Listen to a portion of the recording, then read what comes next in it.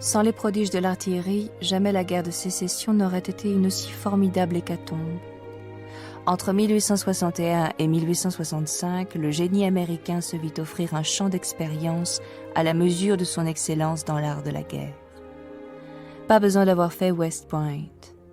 D'obscurs armuriers se révélèrent experts en balistique et de modestes vendeurs d'outillage remisèrent l'arsenal éprouvé de la vieille Europe au rang d'inoffensifs pétoirs. Des quincailliers patriotes passaient leurs nuits blanches à calculer des trajectoires inédites. Dès qu'ils avaient une idée, ils la partageaient avec un client qui en parlait à 2 compères. À 3, ils élisaient un président et 2 secrétaires. À 4, ils nommaient un archiviste et le bureau pouvait fonctionner. À 5, ils se convoquaient en assemblée générale et le club était constitué. Tel fut le noyau du Gun Club à Baltimore dans le Maryland. 1 mois après sa formation, il comptait pas moins de 1833 membres effectifs et 30 575 correspondants. Mais un jour, les canons se turent, ce fut la paix tant redoutée, et le Gun Club plongea dans un désœuvrement mortel. Un quarteron de vétérans héroïques se désolait en chauffant, qui sa jambe de bois, qui son moignon, dans l'âtre du grand salon. Le bouillon J.T. Maston tisonnait les braises avec son crochet, tout en remuant des idées noires dans son crâne en gutta-percha. Et maintenant, qu'allons-nous faire? Planter du tabac? Distiller de l'huile de baleine? Il y avait là, entre autres glorieux éclopés appareillés de pilons, de bras articulés ou de nez en argent, le général Morgan, le major Elphiston, le fringant Bilsby, le colonel Bloomsbury, le vaillant Hunter, tous maussades, ressassant le passé. À 300 pieds, un boulet de 36 traversait 36 chevaux pris de flanc et 68 hommes. La Columbia de Rodman portait à 7000 un boulet d'une demi-tonne qui aurait facilement renversé 150 chevaux et 300 hommes. On l'a vu à la bataille de Gettysburg, lancer un obus qui atteignit 173 confédérés. Et au passage du Potomac, un boulet fit passer de vie à trépas 200 braves garçons du général Lee.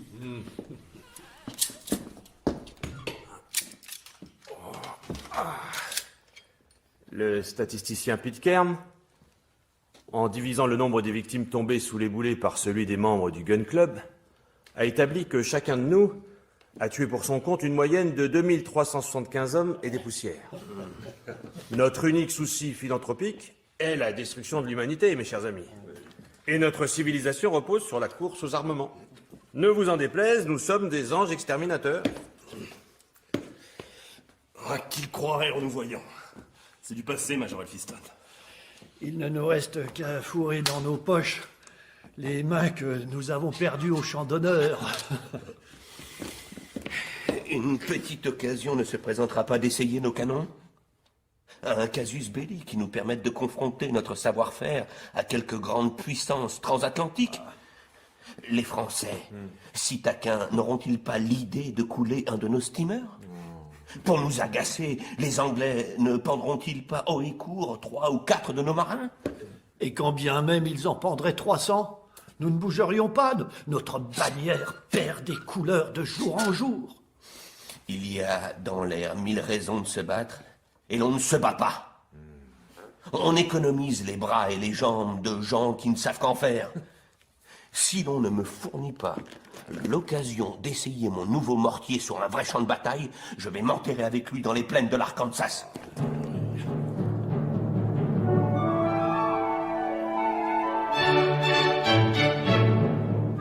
Le lendemain de ce dépôt de bilan, chaque membre du cercle recevait une circulaire libellée en ces termes.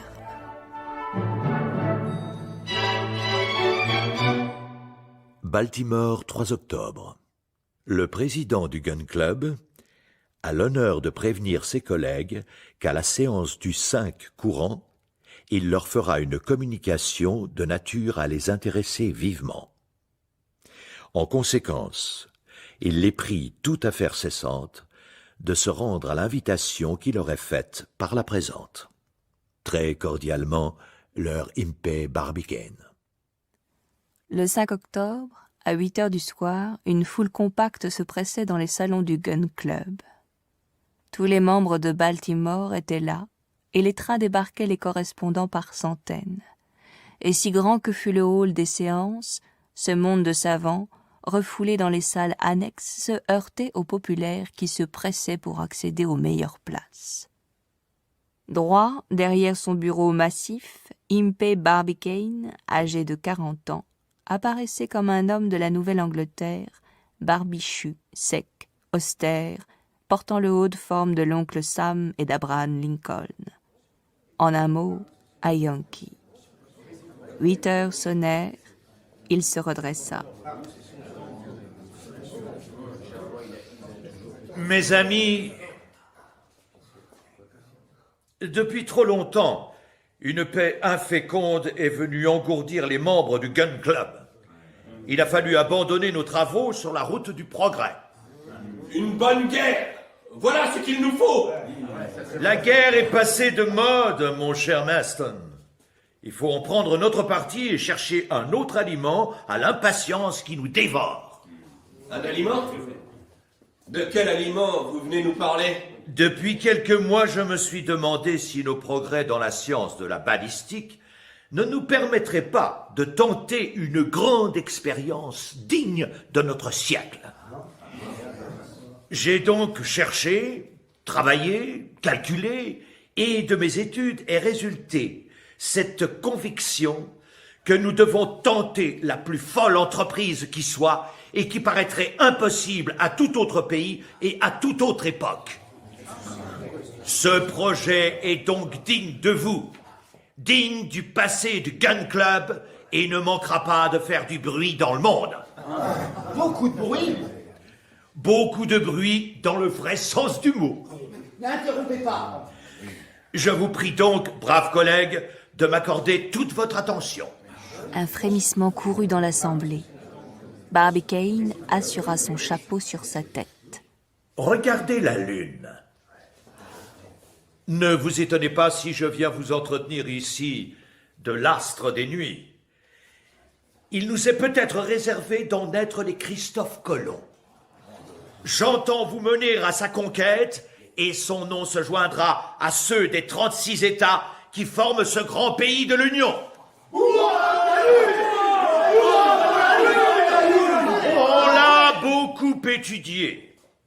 Sa masse, sa densité, son poids, son volume, sa constitution, ses mouvements, sa distance, son rôle dans le monde solaire sont parfaitement déterminés. On a dressé des cartes sélénographiques avec une perfection telle qu'elle surpasse celle des cartes terrestres. La photographie nous en a donné des épreuves d'une incomparable beauté. En un mot, on sait de la Lune tout ce que les mathématiques, l'astronomie, la géologie, l'optique peuvent nous en apprendre. Mais alors? Alors, il n'a jamais été établi de communication avec elle. Le moyen d'y parvenir va faire l'objet de ma proposition. Écoutez, laissez parler le président! Mais silence! Grâce à la guerre, Vive la guerre! vous n'ignorez plus que la force de résistance des canons et la puissance expansive de la poudre sont illimitées. Eh bien, partant de ce principe, je me suis demandé si au moyen d'un appareil suffisant, établi dans des conditions de résistance déterminées, il ne serait pas possible d'envoyer un projectile dans la Lune.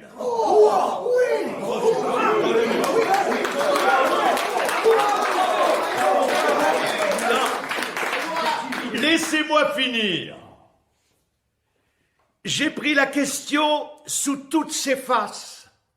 Et de mes calculs indiscutables, il résulte que tout projectile doué d'une vitesse initiale de 12 000 yards par seconde et dirigé vers la Lune arrivera nécessairement jusqu'à elle.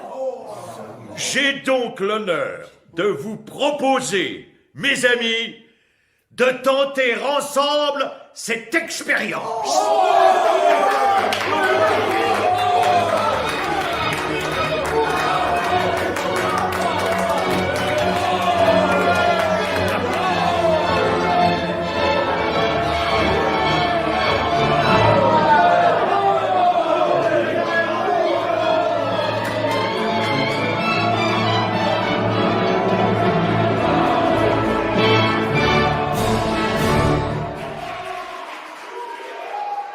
Barbicane ne perdit pas un instant au milieu des ovations dont il était l'objet.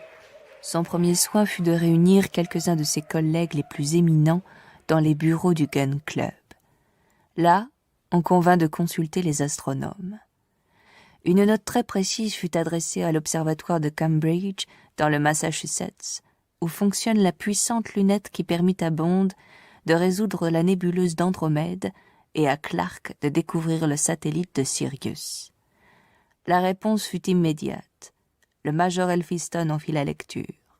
Le président Barbicane, paupières closes, se caressait la barbe. On eût dit qu'il souriait. Cambridge, 7 octobre. Au reçu de votre honoré du 6 courant, notre bureau s'est réuni sans attendre et il a jugé à propos de répondre comme suit à votre série de questions.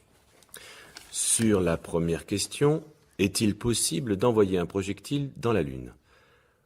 Oui, c'est possible si l'on parvient à animer ce projectile d'une vitesse initiale de 12 milliards par seconde.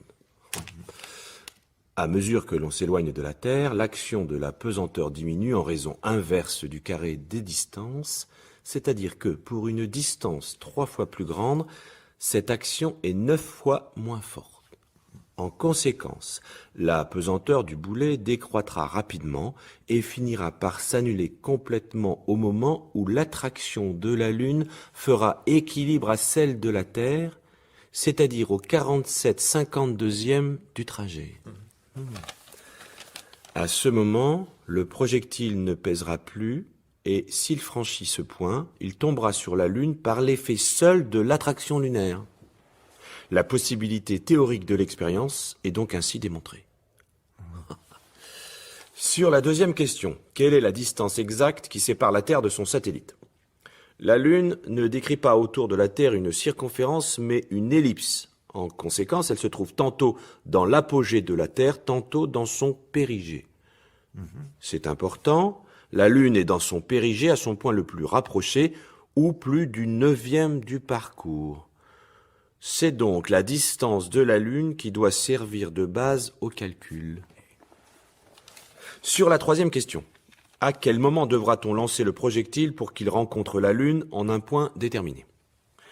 Si le boulet conservait indéfiniment la vitesse initiale de 12 milliards par seconde qui lui aura été imprimée à son départ, il ne mettrait que 9 heures environ à se rendre à sa destination. Mais, comme cette vitesse ira continuellement en décroissant, il se trouve que le projectile emploiera 83 heures et 20 minutes pour atteindre le point où les attractions terrestres et lunaires se font équilibre, et de ce point, il tombera sur la Lune en 13 heures 53 minutes et 20 secondes. Il conviendra donc de le lancer 97 heures 13 minutes et 20 secondes avant l'arrivée de la Lune au point visé. Sur la quatrième question, à quel moment précis la Lune se présentera-t-elle dans la position la plus favorable pour être atteinte par le projectile? Il faut choisir l'époque où la Lune sera dans son périgée et le moment où elle passera au zénith, ce qui diminuera encore le parcours d'une distance égale au rayon terrestre, de telle sorte le trajet définitif sera de 214 976 milles. Mais, si chaque mois la Lune passe à son périgée, elle ne se trouve pas toujours au zénith à ce moment. Par une heureuse circonstance, le 4 décembre de l'année prochaine, la Lune offrira ces deux conditions. À minuit, elle sera dans son périgée, c'est-à-dire sa plus courte distance de la Terre, et elle passera en même temps au zénith. Sur la cinquième question, quel point du ciel devra-t-on viser avec le canon destiné à lancer le projectile? Les observations précédentes étant admises, le tir sera perpendiculaire au plan de l'horizon et le projectile se dérobera plus rapidement aux effets de l'attraction terrestre. Mais, pour que la Lune monte au zénith d'un lieu, il faut que ce lieu ne soit pas plus haut en latitude que la déclinaison de cet astre. Autrement dit, qu'il soit compris entre 0 et 28 degrés de latitude nord ou sud. En tout autre endroit, le tir devrait être nécessairement oblique, ce qui nuirait à la réussite de l'expérience. En résumé, premièrement, le canon devra être établi dans un pays situé entre 0 et 28 degrés de latitude nord ou sud. Deuxièmement, il devra être braqué sur le zénith du lieu. Troisièmement, le projectile devra être animé d'une vitesse initiale de 12 milliards par seconde. Quatrièmement, il devra être lancé le 1er décembre de l'année prochaine à 11h moins 13 minutes et 20 secondes. Cinquièmement, il rencontrera la Lune 4 jours après son départ, le 4 décembre à minuit précis, au moment où elle passera au zénith. Les membres du Gun Club doivent donc commencer sans retard les travaux nécessités par une pareille entreprise et être prêts à opérer au moment déterminé, car s'ils laissaient passer cette date du 4 décembre, ils ne retrouveraient la Lune dans les mêmes conditions de périgée et de zénith que 18 ans et 11 jours après. 18 ans et 11 jours? Le bureau de l'Observatoire de Cambridge se met entièrement à votre disposition pour les questions d'astronomie théorique et il joint par la présente ses félicitations à celles de l'Amérique tout entière. Pour le bureau, J.M. Belfast, directeur de l'Observatoire de Cambridge. Le président Barbicane réunit un comité d'exécution composé de 4 hommes de science et de confiance. Le général Morgan, le major Elphiston, l'inévitable J.T. Maston et lui-même, initiateur du projet d'une stature indiscutable. Ces 4 aventuriers au corps meurtri et mutilé, mais au caractère forgé par la guerre fédérale, ces 4 conquérants en quête d'espace tinrent leur séance dans l'obscur petit salon lambrissé d'Impey Barbicane. C'est là que, réunis comme des conspirateurs, armés d'équerres et de crayons, ils s'employèrent à résoudre les questions du canon, du projectile et des poudres. Dire qu'ils parlèrent d'une même voix serait mentir, mais toujours la raison du président sut faire taire les passions, et spécialement refroidir la cafetière bouillante de J.T. Maston. La première réunion eut lieu le 8 octobre. Mes chers collègues, nous avons à résoudre un des plus importants problèmes de la balistique. Cette science qui traite du mouvement des projectiles, c'est-à-dire des corps lancés dans l'espace par une force d'impulsion, puis abandonnés à eux-mêmes. Il me semble que la question du projectile doit primer celle du canon. Mes amis, notre président a 1000 fois raison. Et je vous demande la permission de considérer le boulet d'un point de vue amical. Je laisserai de côté le boulet matériel, vulgaire et meurtrier, pour n'envisager que le boulet mathématique, métaphysique, moral. Le boulet est la plus éclatante manifestation de la puissance humaine. C'est en lui qu'elle se résume tout entière. Et c'est en le créant que l'homme s'est le plus rapproché de Dieu. Certes. Maston, mais qu'il se rapproche déjà de la Lune. Laissons à Dieu la vitesse de l'électricité, de la lumière, des étoiles, des comètes, des planètes, des satellites, la vitesse du son et la vitesse du vent. Mais à nous, la vitesse du boulet, 100 fois supérieure à la vitesse des trains et des chevaux. Voulez-vous des chiffres? Prenez le modeste boulet de 24 livres. S'il court 640 fois moins vite que la lumière à la sortie du canon, il fait 200 toises à la seconde et mettrait 11 jours à se rendre à la Lune, 12 ans à parvenir au Soleil. Voilà ce que ferait ce boulet. L'ouvrage de nos mains. Ah, Splendide projectile. J'aime à penser que tu seras reçu là-haut avec les honneurs dus à un ambassadeur terrestre. Il le sera. Et maintenant que nous avons fait une large part à la poésie, attaquons la question. Oui.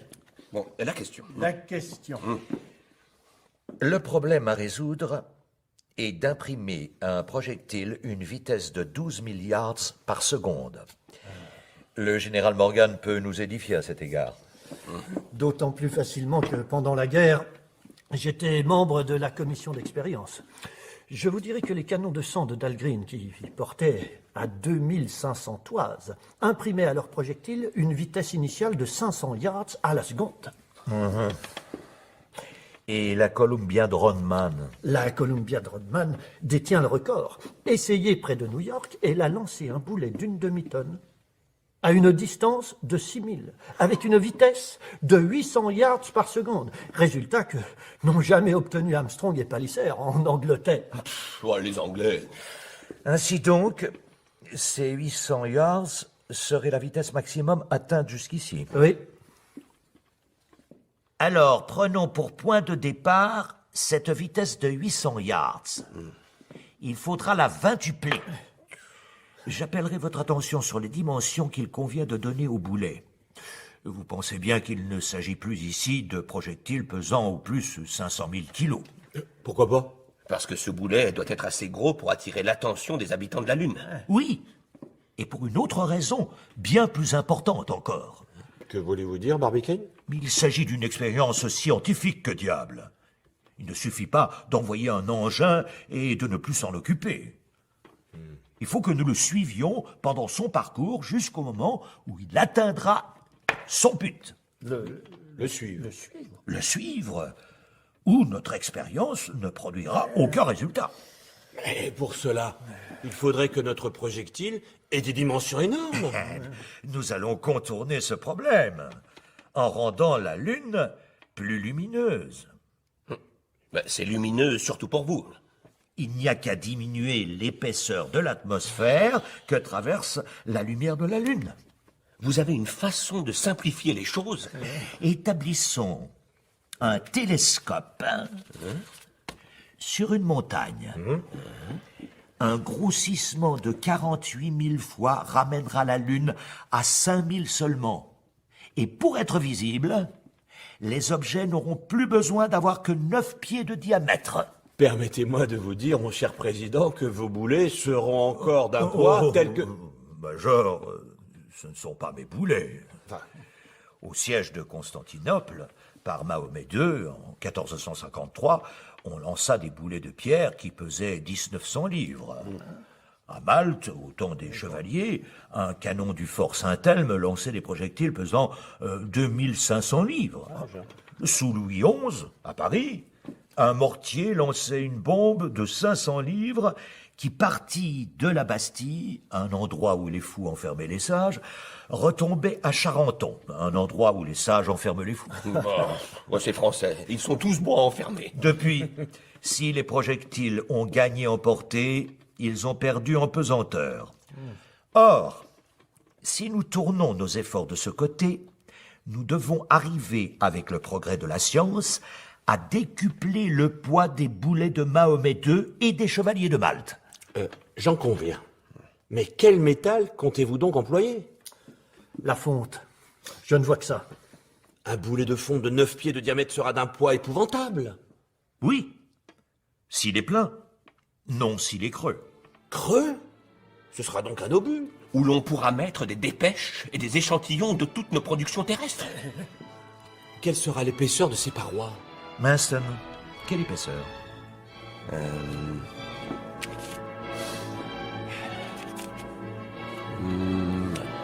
Racine cubique.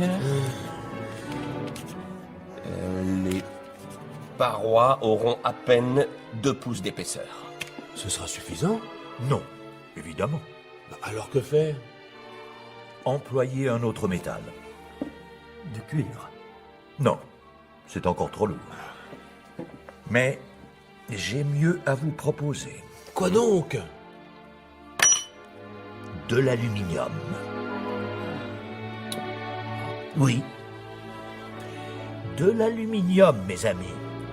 Il se travaille facilement, il est 3 fois plus léger que le fer, extrêmement répandu sur la Terre, et semble donc avoir été créé exprès pour être envoyé dans la Lune. Alors, Hurrah pour l'aluminium. Hurrah pour l'aluminium! Hurrah pour l'aluminium!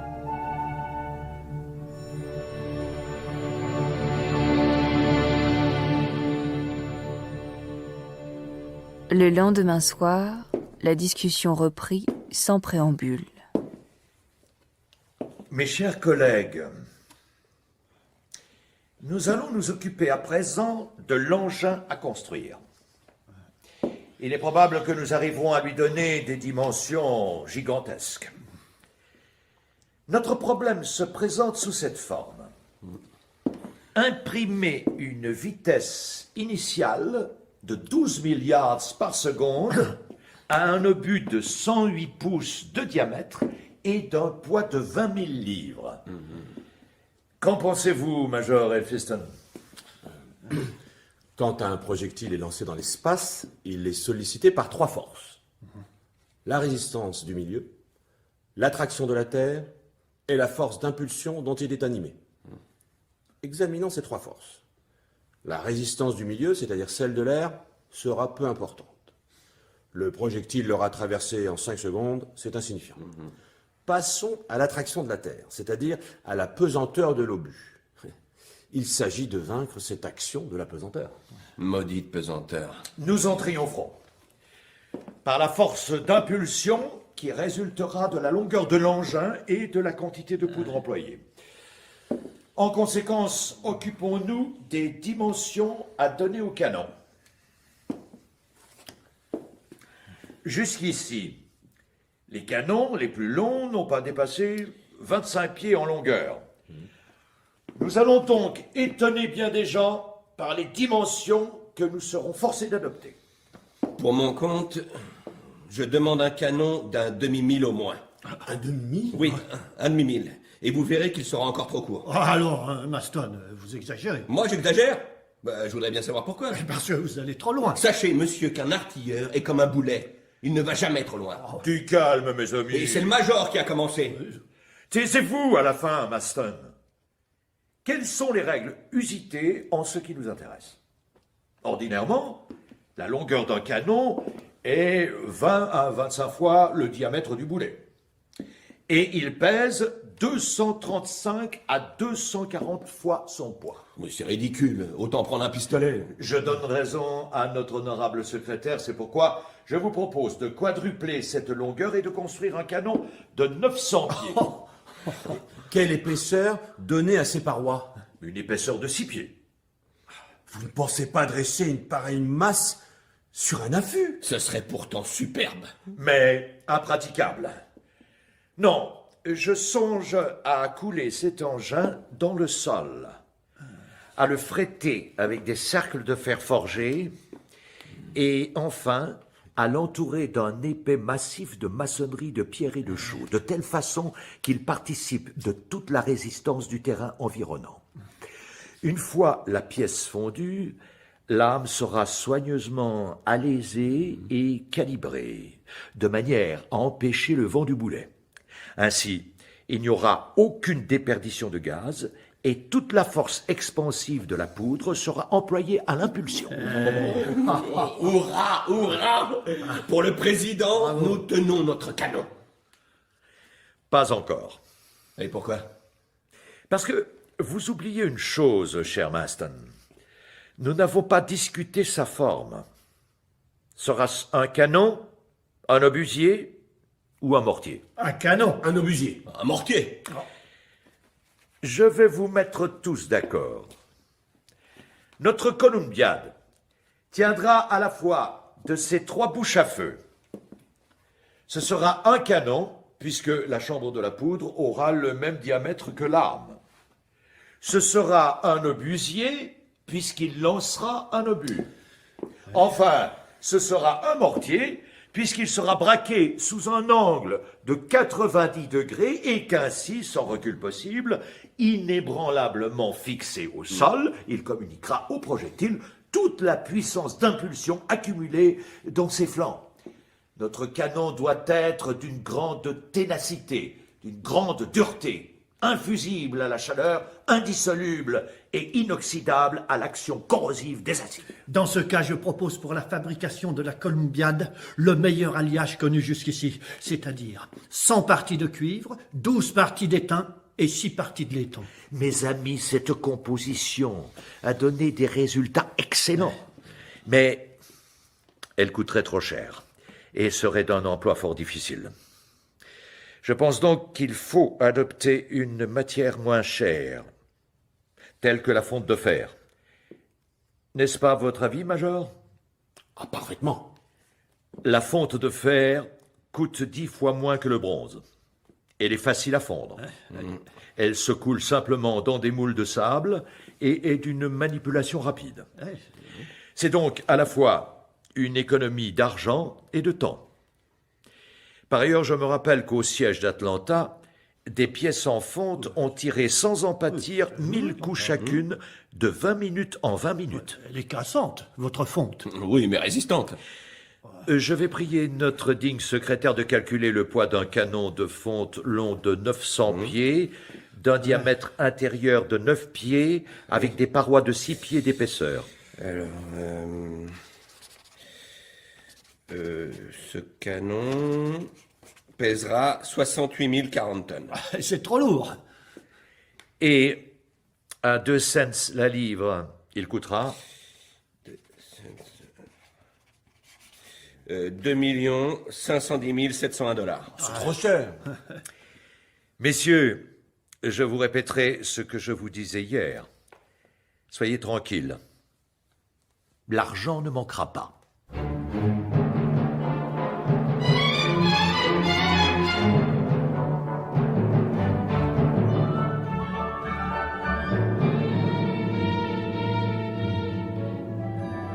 La grosseur du projectile, la longueur du canon étaient données. Quelle serait la quantité de poudre nécessaire pour produire l'impulsion? Barbicane donna la parole au major Elphiston, qui avait été directeur des poudres pendant la guerre. 1 litre de poudre pèse environ 2 livres, soit 900 grammes. Il produit, en s'enflammant, 400 litres de gaz sous l'action d'une température portée à 2400 degrés. Donc, le volume de la poudre est au volume des gaz produits par sa déflagration d'un rapport de 1 à 4000. Que l'on juge alors de l'effrayante poussée de ces gaz lorsqu'ils sont comprimés dans un espace 4000 fois trop resserré. Le boulet de 24 dont nous parlait avant-hier l'honorable J.T. Maston, en termes si poétiques, n'est chassé de la bouche à feu que par 16 livres de poudre seulement. Vous êtes certain du chiffre? Absolument certain. La quantité de poudre n'augmente pas avec le poids du boulet.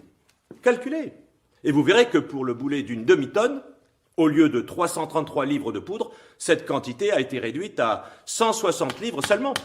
Si vous poussez votre théorie à l'extrême, mon cher Major, vous arriverez à ceci que lorsque votre boulet sera suffisamment lourd, vous ne mettrez plus de poudre du tout.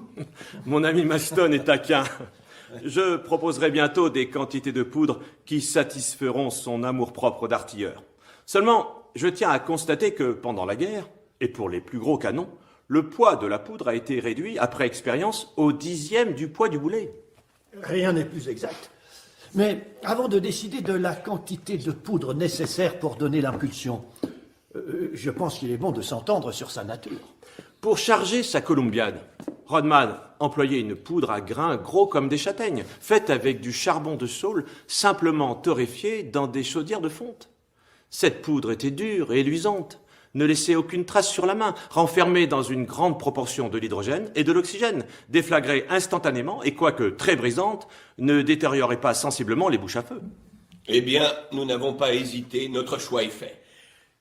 Et maintenant, mes amis, quelle quantité de poudre proposez-vous? 200 000 livres. 500 000. 800 000 livres.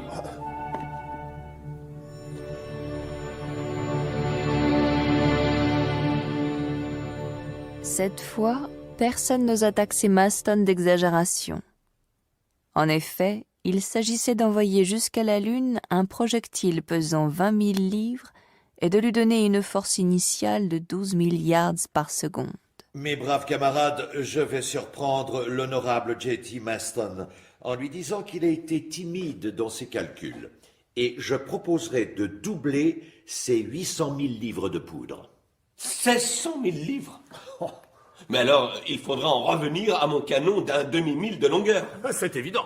1600 000 livres de poudre produiront 6 milliards de litres de gaz. 6 milliards. Vous entendez bien? Mais alors comment faire? C'est très simple. Il faut réduire cette énorme quantité de poudre tout en lui conservant la même puissance mécanique. Et rien n'est plus facile que de ramener cette masse de poudre à un volume 4 fois moins considérable. Vous connaissez tous cette matière curieuse qui constitue les tissus élémentaires des végétaux et qu'on nomme cellulose. La cellulose, mais c'est bien sûr. Cette cellulose se retrouve pure dans le coton. Or, le coton combiné avec l'acide azotique à froid se transforme en une substance éminemment explosive. Il y a quelques années, un chimiste français, Braconnot, découvrit cette substance qu'il appela xyloïdine. Un autre Français, Pelouse, en étudia les diverses propriétés. Et enfin, un professeur de chimie à Bâle, Schönbein, la proposa comme poudre de guerre. Cette poudre, c'est le coton azotique. Ou pyroxyle. Ou fulmicoton. Vous connaissez ces propriétés qui vont nous le rendre si précieux. Il se prépare avec la plus grande facilité. Du coton plongé dans de l'acide azotique fumant pendant 15 minutes, puis lavé à grande eau, puis séché, et le tour est joué. Sacré tour. Parfait. Seulement, il coûte cher. C'est relatif, étant donné qu'il communique au projectile une vitesse 4 fois supérieure à celle de la poudre.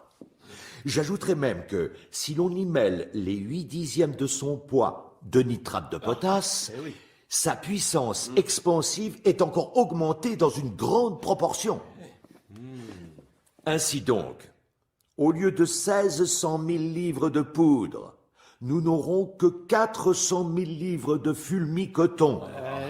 Une fois comprimée, cette matière n'occupera qu'une hauteur de 30 toises dans la Columbiade. De cette façon, le boulet aura plus de 700 pieds d'âme à parcourir sous l'effort de 6 milliards de litres de gaz avant de prendre son vol vers l'astre des nuits.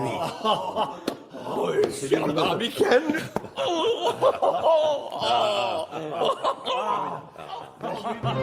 Plus d'un an devait s'écouler entre le commencement des travaux et leur achèvement. L'emplacement à choisir pour le forage, la construction du moule, la fonte de la Columbiade, son chargement très périlleux, se chargèrent d'entretenir la curiosité du public qui savait qu'une fois lancé, le projectile échapperait au regard en quelques dixièmes de seconde. Puis, ce qu'il deviendrait, c'est ce que seul verrait un petit nombre de privilégiés. C'est pourquoi les préparatifs prenaient tant d'importance. Dans ce contexte, l'attrait technique et scientifique de l'entreprise fut tout d'un coup dramatisé par un incident extérieur.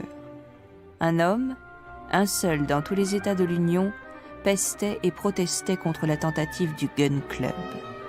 Cet homme, le président du Gun Club ne l'avait jamais vu.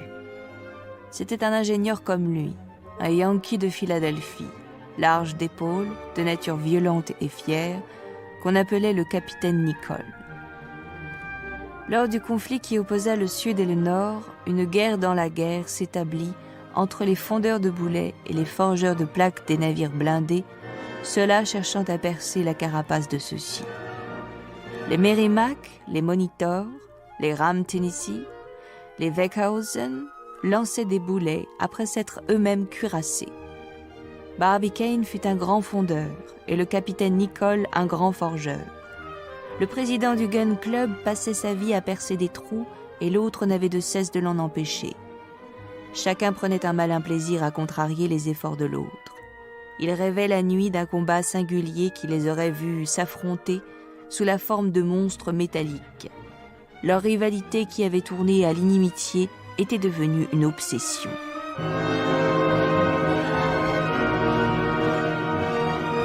Ils auraient fini par se croiser sur le pré. Fort heureusement pour des citoyens si utiles aux États de l'Union, leurs amis veillaient à ce qu'ils ne se rencontrent pas. Nicole ne s'avoua pas battu. Il attaqua les travaux du Gun Club, publia nombre de lettres que les journaux reproduisirent. Il chercha à prouver par A plus B la fausseté des formules de son ennemi et l'accusa d'ignorer les principes rudimentaires de la balistique. Entre autres erreurs, Nicole soutint qu'il était impossible d'imprimer à un corps une vitesse de 12 000 yards par seconde. L'algèbre à la main, il avança que même avec cette vitesse, jamais un projectile d'un tel poids ne franchirait les limites de l'atmosphère terrestre. Il n'irait même pas à 8 lieues.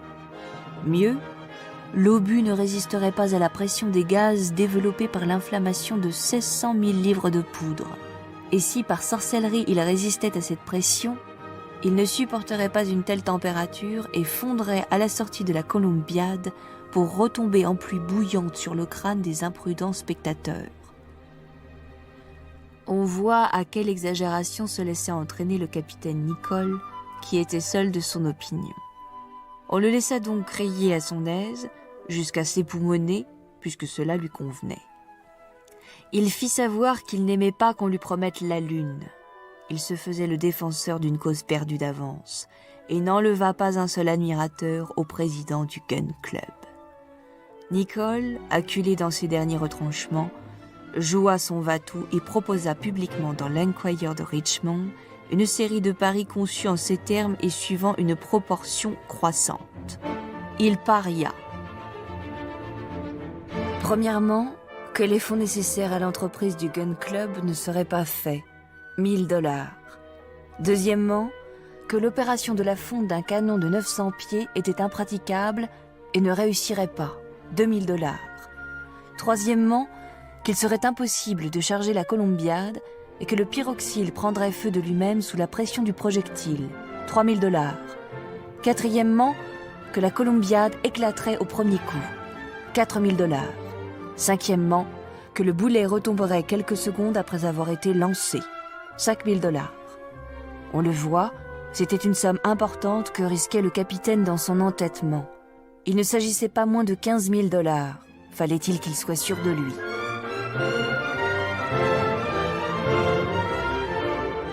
Malgré l'importance du pari, le 19 octobre, Nicole reçut un pli cacheté, d'un laconisme superbe et conçu en ces termes: Baltimore, 18 octobre, tenu. Tenu. Barbicane. Il fallait passer outre ce défaitisme qui n'avait rien d'américain et s'empresser de choisir un endroit favorable à l'expérience. Suivant la recommandation de l'observatoire de Cambridge, le tir devait être dirigé vers le zénith. Or, la Lune ne monte au zénith que dans les lieux situés entre 0 degré et 28 degrés de latitude. Le 20 octobre, au Gun Club réuni en séance générale, Barbicane apporta une magnifique carte des États-Unis de Belthrop. Mais, sans lui laisser le temps de la déployer, J.T. Maston prit la parole. Je demande la libre discussion des idées.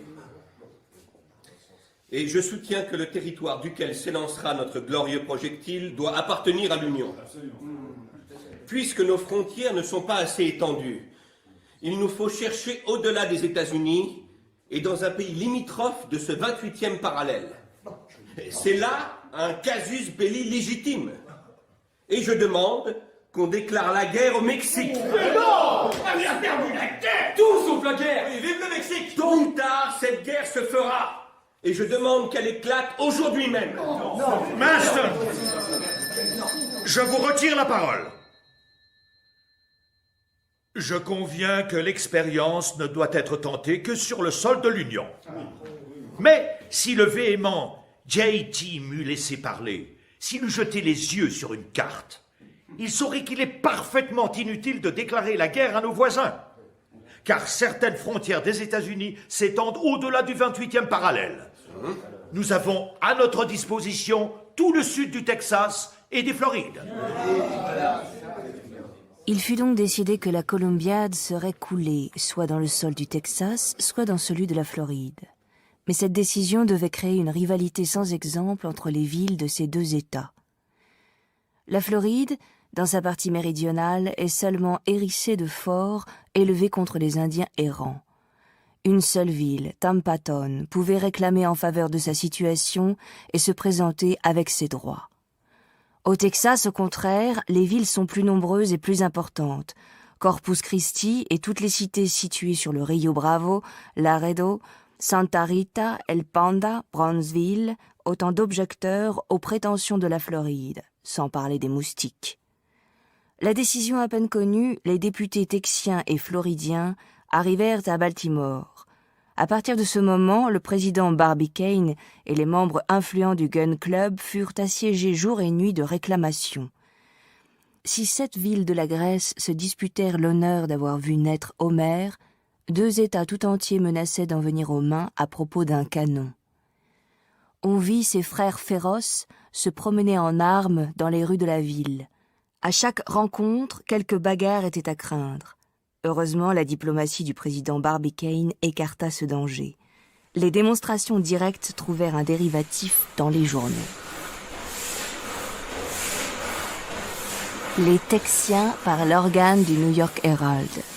On doit des égards à notre État où pousse le plus beau coton de toute l'Amérique. Un État qui produit le meilleur chêne vert pour la construction des navires. À cela, l'American Review répondait que le sol de la Floride, sans être aussi riche, offrait de meilleures conditions pour le moulage et la fonte. Reprenaient les Texiens, avant de fondre quoi que ce soit dans un pays, il faut y arriver. Vous nous la baillez belle avec Galveston, répétaient les journaux dévoués aux Floridiens. N'avons-nous pas la baie d'Espiritu Santo par laquelle les navires arrivent? Jolie baie, répondait le Texas. Elle est à demi ensablée. Ensablez vous-même. Ne dirait-on pas que nous sommes un pays de sauvages? Les Séminoles courent encore vos prairies. Et vos Apaches et vos Comanches, sont-ils civilisés? Le président Barbicane ne savait où donner de la tête. Les notes, les documents, les lettres lourdes de menaces pleuvaient dans sa maison. Quel parti devait-il prendre? Au point de vue de l'appropriation du sol, de la facilité des communications, de la rapidité des transports, les droits des 2 États étaient véritablement égaux. Cette situation n'avait que trop duré. Barbicane résolut d'en sortir, il réunit ses collègues et la solution qu'il leur proposa fut aussi sage qu'habile.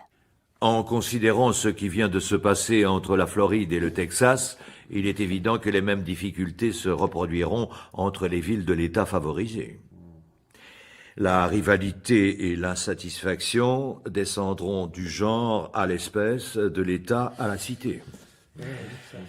Or, le Texas possède 11 villes qui ont les conditions voulues et toutes les 11 se disputeront l'honneur de l'entreprise et nous créerons 11 nouveaux sujets de discorde. Tandis que la Floride n'a qu'une ville. Va donc pour la Floride. Et pour Tampaton. Cette décision rendue publique atterra les députés du Texas. Ils entrèrent dans une fureur indescriptible et menacèrent publiquement plusieurs membres du Gun Club. Les magistrats de Baltimore n'eurent plus qu'un parti à prendre, et ils le prirent. On fit chauffer un train spécial, on y embarqua les Texiens bon gré mal gré, et ils quittèrent la ville à une vitesse de 30 000 à l'heure. Mais ils eurent le temps de jeter un dernier sarcasme aux Floridiens. Faisant allusion au peu de largeur de la presqu'île, ils prétendirent qu'elle ne résisterait pas à la secousse du tir et sauterait au premier coup de canon. Les difficultés astronomiques, mécaniques, topographiques, une fois résolues, restait la question d'argent. Nul industriel, nul État, nulle banque n'aurait pu disposer des millions nécessaires au financement du projet. Je pris donc le parti, bien que l'entreprise fût américaine, d'en faire une affaire d'un intérêt universel et de demander à chaque peuple sa coopération financière. Après tout, c'était à la fois le droit et le devoir de chaque pays d'intervenir dans les affaires de son satellite. La souscription s'étendit de Baltimore au monde entier, urbi et orbi. Elle devait réussir, au-delà de toute espérance, à la mesure de l'engouement généré par le projet. Il s'agissait pourtant de sommes à donner, sans espérer un retour sur investissement. L'opération n'offrait aucune chance de bénéfice. Mais l'effet de ma communication avait franchi l'Atlantique et le Pacifique, gagnant à la fois l'Asie et l'Europe, l'Afrique et l'Océanie. Les observatoires de l'Union se mirent en rapport immédiat avec ceux des pays étrangers, certains ceux de Paris, de Pétersbourg, du Cap, de Berlin, de Stockholm, de Varsovie, de Hambourg, de Bologne, de Malte, de Lisbonne, de Bénarès, de Madras, de Pékin, me firent parvenir leurs compliments. D'autres gardèrent une prudente expectative. Quant à l'observatoire de Greenwich, approuvé par les 22 autres établissements astronomiques de la Grande-Bretagne, il fut catégorique. Il nia la possibilité d'un succès. Il adopta les théories oiseuses du capitaine Nicholl. Le 8 octobre, je lançai un manifeste empreint d'enthousiasme et dans lequel je faisais appel à tous les hommes de bonne volonté sur la terre. À ce compte-là, peu importait la mauvaise foi des Anglais. Les souscriptions furent ouvertes dans les principales villes de l'Union pour se centraliser à la banque de Baltimore, puis on souscrivit dans les différents États des 2 continents, à Vienne chez Rothschild, à Pétersbourg chez Stiglitz et compagnie, à Paris au Crédit Mobilier, à Stockholm chez Totti et Arthur Edson, à Turin chez Ardouin et compagnie, à Berlin chez Mendelssohn, à Genève chez Lombard, Odier et compagnie, à Constantinople à la Banque ottomane, à Bruxelles chez Lambert, à Madrid chez Daniel Weisweller, à Amsterdam au Crédit néerlandais, à Rome chez Torlonia et compagnie, à Lisbonne chez Le Sen, à Copenhague à la banque privée, à Buenos Aires à la banque Maua, à Rio de Janeiro, même maison, à Montevideo, même maison, à Valparaiso chez Thomas Lachambre et compagnie, à Mexico chez Martin Daran et compagnie, à Lima chez Thomas Lachambre et compagnie. 3 jours après le manifeste du président Barbicane, 4 millions de dollars avaient été versés dans les différentes villes de l'Union. Avec un pareil acompte, le Gun Club pouvait déjà marcher. Mais quelques jours plus tard, les dépêches apprenaient à l'Amérique que les souscriptions étrangères se couvraient avec un véritable empressement. Certains pays se distinguaient par leur générosité, d'autres se desserraient moins facilement. Juste une affaire de tempérament. Les Anglais ne souscrivirent pas pour un penny, qu'ils gardent leur damné penny et qu'ils s'étranglent avec. Quand l'Amérique du Sud, c'est-à-dire le Pérou, le Chili, le Brésil, les provinces de la Plata, la Colombie eurent versé leur quote-part, le Gun Club se trouva à la tête du capital considérable de 5 446 675 $. Que personne ne soit surpris de l'importance de la somme. Les travaux de la fonte, du forage, de la maçonnerie, le transport des ouvriers, leur installation dans un pays presque inhabité, les constructions de fours et de bâtiments, l'outillage des usines, la poudre, le projectile, les faux frais, devaient, suivant les devis, l'absorber à peu près tout entière. Le 20 octobre, un traité fut conclu avec l'usine de Cold Spring, dirigée par Murchison, qui pendant la guerre avait fourni ses meilleurs canons de fonte. Il fut stipulé entre les parties contractantes que l'usine de Gold Spring s'engageait à transporter à Tampa Town, dans le sud de la Floride, le matériel nécessaire pour la fonte de la Columbiad.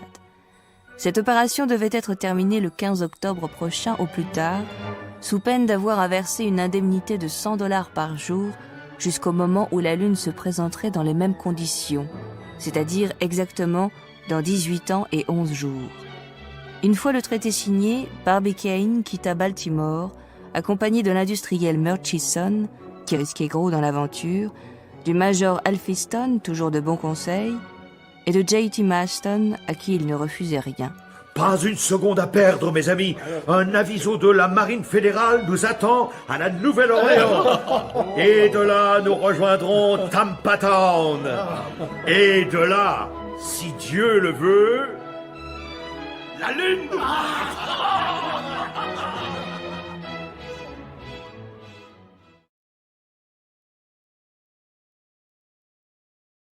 La guerre de sécession avait fait faire à la balistique des progrès tels qu'ils ne pouvaient rester sans suite. la paix venue, dans chaque ville des États de l'Union se réunissaient des groupes de vétérans au corps meurtri, mutilé, mais à l'âme forgée par les combats, qui se refusaient à remuser leur artillerie au placard. Il en fut ainsi des membres du Gun Club de Baltimore, jusqu'à ce que son président, l'ingénieux Impey Barbicane, avance l'idée très américaine d'expédier un projectile dans la Lune. Les 4 compagnons de route, arrivés à la Nouvelle-Orléans, s'embarquèrent sur le Tampico. 2 jours après son départ, le 22 octobre, le steamer eut en vue la côte floridienne. Passé un goulet, la ville de Tampa apparut, paresseusement couchée au fond d'un petit port naturel, formé par l'embouchure de la rivière Hillsborough.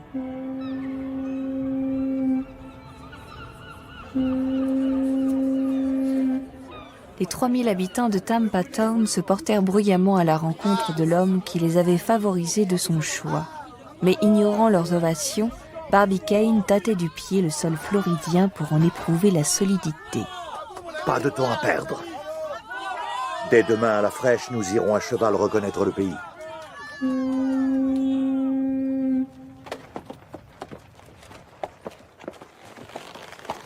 Le lendemain matin, des petits chevaux de race espagnole piaffaient sous leurs fenêtres. Mais au lieu des 4 montures commandées, il y en avait 50 avec autant de cavaliers portant chacun une carabine en bandoulière. Serions-nous en guerre? Messieurs, il y a les Séminoles, Les Séminoles? des Indiens qui courent les prairies. Laissez-les donc courir. S'ils viennent, ils tâteront de mon hameçon. Ces sauvages sont peut-être hostiles. Messieurs, nous acceptons votre aide. Alors, en route!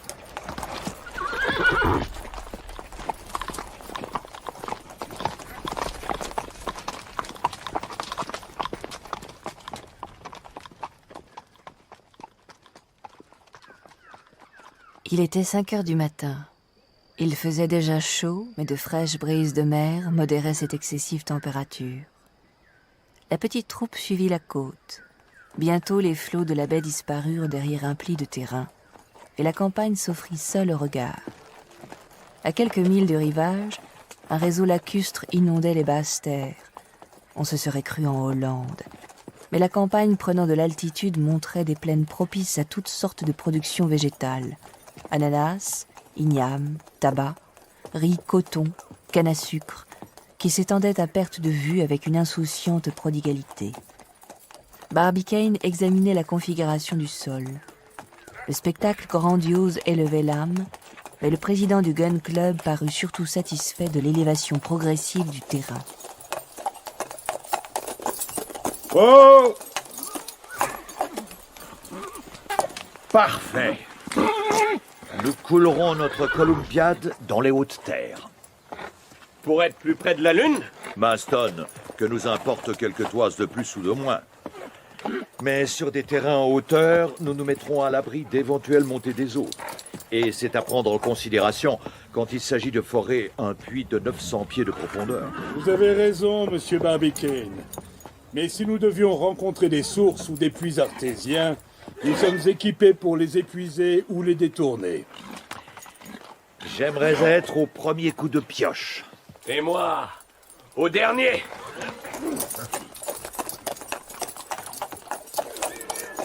Nous y arriverons, messieurs. Et croyez-moi, la compagnie du Gold Spring n'aura pas à vous payer d'indemnité de retard. Par Sainte-Barbe, c'est votre intérêt. 100$ par jour, jusqu'à ce que la Lune se représente dans les mêmes conditions. C'est-à-dire pendant 18 ans et 11 jours. Savez-vous bien que cela ferait 658 100$? Non, monsieur, j'aime mieux ne pas savoir.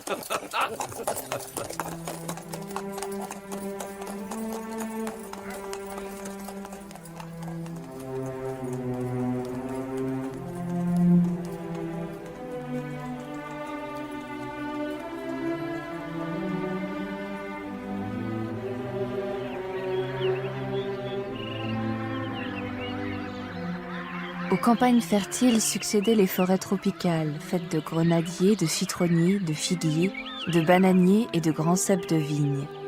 Maston et Elphiston ne pouvaient traverser cette nature luxuriante sans s'arrêter pour en recueillir par tout leur sens la beauté. Mais le président Barbicane avait hâte d'aller en avant. Il reste encore beaucoup de chemin à faire. Bon. Allons-y.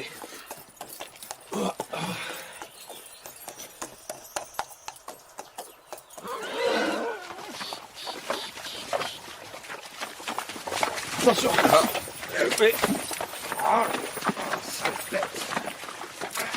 Il fallut passer à gué plusieurs rivières infestées d'alligators. J.T. Maston les menaçait de son crochet, mais ne parvint à effrayer que des pélicans, des sarcelles et des phaétons.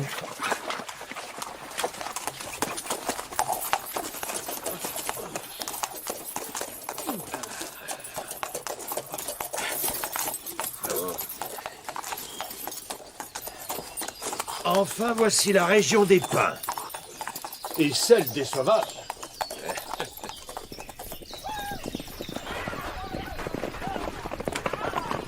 En effet, sur l'horizon, quelques séminoles se livrèrent à un carrousel inoffensif, caracolant, vociférant, brandissant de longues lances et déchargeant leurs fusils, alors que Barbicane et ses compagnons occupaient le milieu d'une plaine rocailleuse formée par une large extumescence du terrain.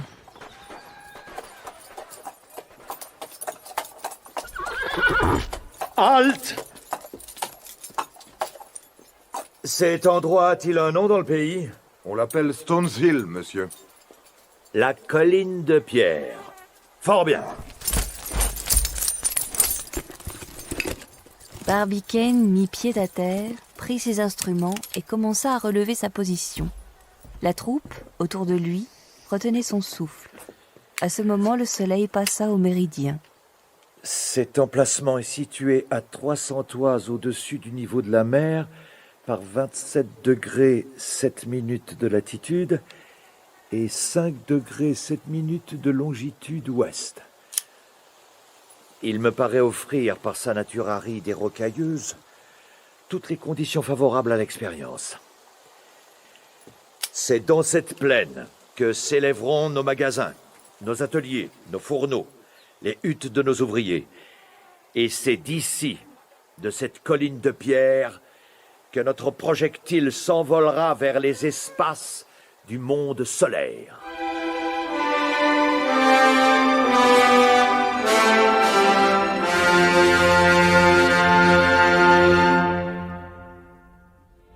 Le soir même, satisfaits, Barbicane et ses compagnons rentrèrent à Tampa Town et l'ingénieur Murchison réembarqua sur le Tampico pour la Nouvelle-Orléans.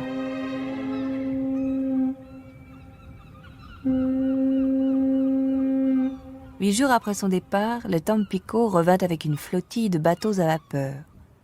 Murchison avait réuni 1500 travailleurs, l'élite des mécaniciens, des chauffeurs, des fondeurs, des chauffourniers, des mineurs, des briquetiers et des manœuvres de tout genre.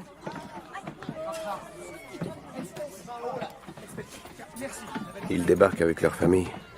C'est une véritable émigration. Qu'ils s'occupent de décharger l'outillage, les machines, les vivres, ainsi que les maisons préfabriquées où ils dormiront. En même temps que les plus robustes plantent les premiers jalons du railway qui reliera Stones Hill à Tampa Town.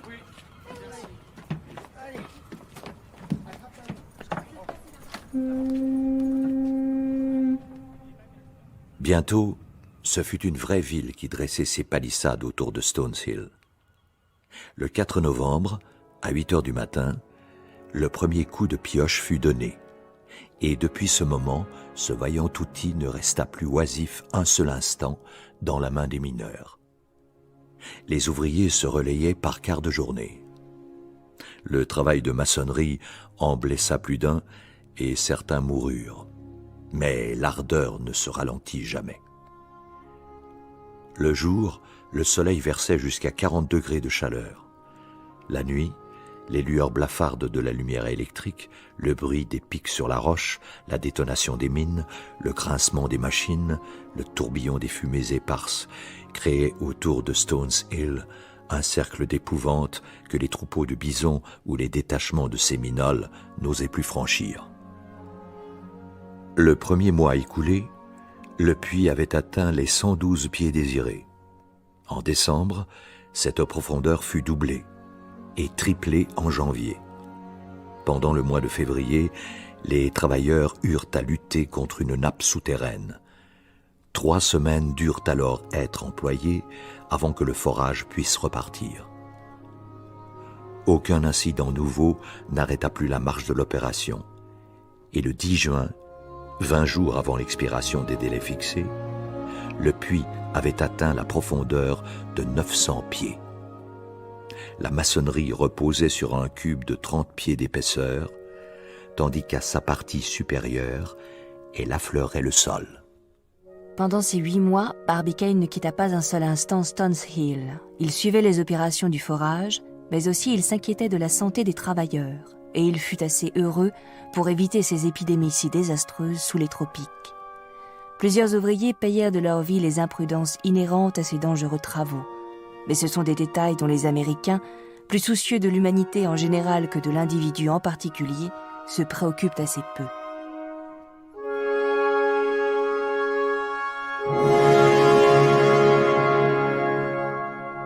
Les travaux préparatoires de la fonte avaient été conduits simultanément. Un étranger arrivant à Stones Hill eût été fort surpris du spectacle. À 600 yards du puits, circulairement disposés autour d'un point central, s'élevaient 1200 fours à réverbères. Tous étaient construits sur le même modèle, avec leur haute cheminée quadrangulaire. Et pour J.T. Maston, il n'existait rien de plus beau au monde, même en Grèce, où il se vantait de n'être jamais allé. On se rappelle que dans sa 3e séance, le comité s'était décidé d'employer la fonte grise pour la Columbiade. Le minerai de fer fut traité dans les hauts fourneaux de Gold Spring et puis dirigé vers Stones Hill. Il s'agissait de 136 millions de livres de fonte et comme le prix du transport par chemin de fer eût doublé le prix de la matière, il parut préférable d'affréter des navires. Il n'en fallut pas moins de 68 de 1000 tonneaux chacun, une véritable flotte, qui partit le 3 mai de New York, vint mouiller le 10 dans le port de Tampa Town.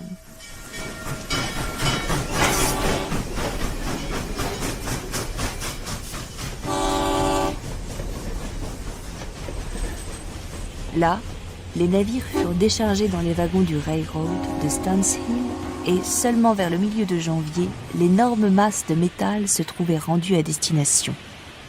Ce n'était pas trop de 1200 fours pour liquéfier en même temps ces 60 000 tonnes de fonte.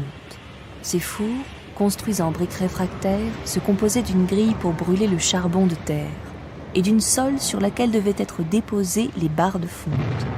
Cette sole, inclinée sous un angle de 25 degrés, permettait au métal de s'écouler dans les bassins de réception et de là, 1200 rigoles convergentes le dirigeaient vers le puits central. Le lendemain du jour où les travaux de maçonnerie et de forage furent terminés, Barbicane fit procéder à la confection du moule intérieur. Il s'agissait d'élever au centre du puits un cylindre qui remplissait exactement l'espace réservé à l'âme de la Columbiade. Cette opération se termina le 8 juillet et le coulage fut fixé au lendemain.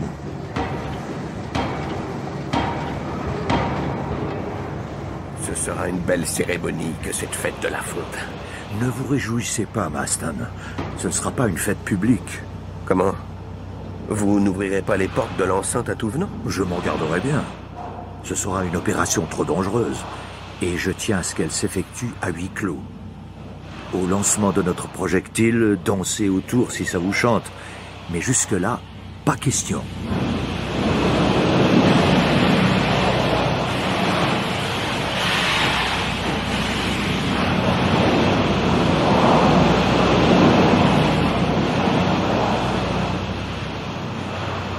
Depuis le matin, les 1200 cheminées vomissaient dans l'atmosphère leur torrent de flammes, et le sol était agité de sourdes trépidations.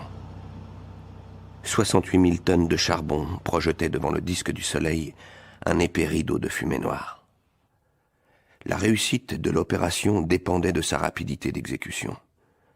À midi, au signal donné par un coup de canon, chaque four devait se vider de son liquide en fusion. Chefs et ouvriers attendirent le moment déterminé. Il n'y avait plus personne dans l'enceinte. Un coup de canon éclata. 1200 trous de coulées s'ouvrirent à la fois, et 1200 serpents de feu rampèrent vers le puits central. Là, ils se précipitèrent avec fracas à une profondeur de 900 pieds. C'était grandiose. Quelques sauvages errant au-delà des limites de l'horizon eût pu croire à la formation d'un nouveau cratère. Et cependant, ce n'était là ni une trombe, ni un orage, ni un de ces phénomènes terribles que la nature est capable de produire, non. L'homme seul avait créé ces vapeurs rougeâtres, ces flammes gigantesques, ces trépidations semblables aux secousses d'un séisme, ces mugissements rivaux des ouragans et des tempêtes. Et c'était sa main qui précipitait, dans l'abîme qu'elle avait creusé, tout un Niagara de métal en fusion.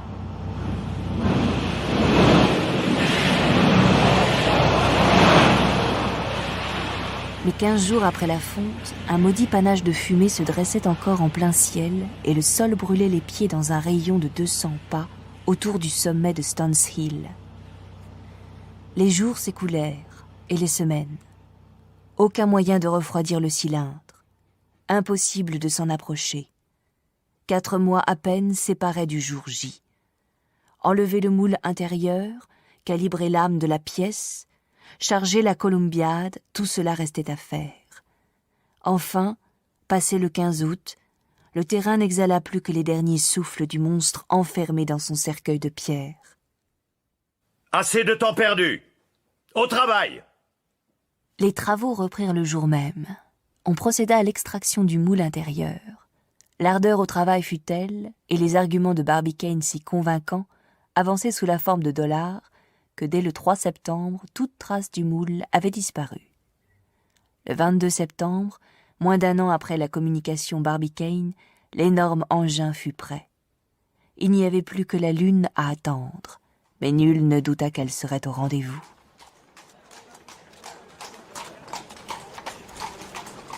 D'innombrables curieux avaient convergé vers la Floride.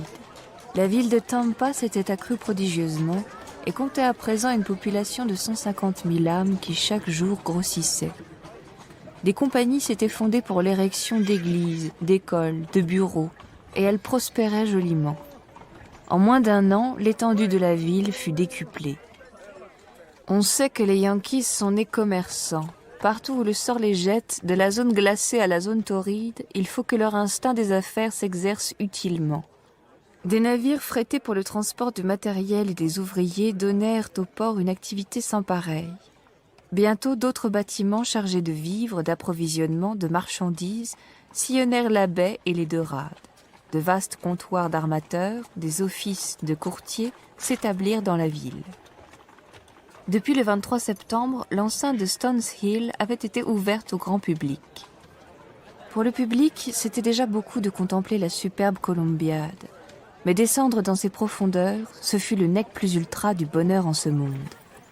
Des appareils, suspendus à un treuil à vapeur, permirent aux spectateurs de satisfaire leur curiosité.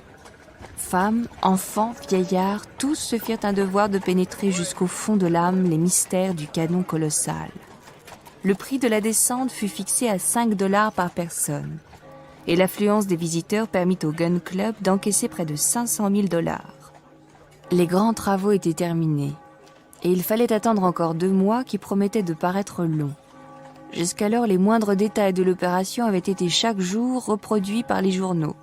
Mais il était à craindre que l'intérêt n'aillant diminuant, et chacun s'effrayait de n'avoir plus à toucher sa part d'émotion quotidienne. Un événement invraisemblable vint électriser à nouveau les esprits. Un jour, le 30 septembre, à 3h47 du soir, un télégramme transmis par le câble immergé entre Valencia, en Irlande, Terre-Neuve et la côte américaine, arriva à l'adresse du président Barbicane. France, Paris. 30 septembre, 4h du matin. Barbicane, Tampa, Floride, États-Unis. Remplacé obus sphérique par projectile cylindro-conique. Je partirai dedans, arriverai par steamer, Atlanta. Michel Ardan. Le nom de Michel Ardan appartenait à un Français bien connu pour ses entreprises audacieuses. Barbicane, incrédule, demanda un complément d'information et reçut des renseignements d'une précision qui ne laissait plus place au moindre doute.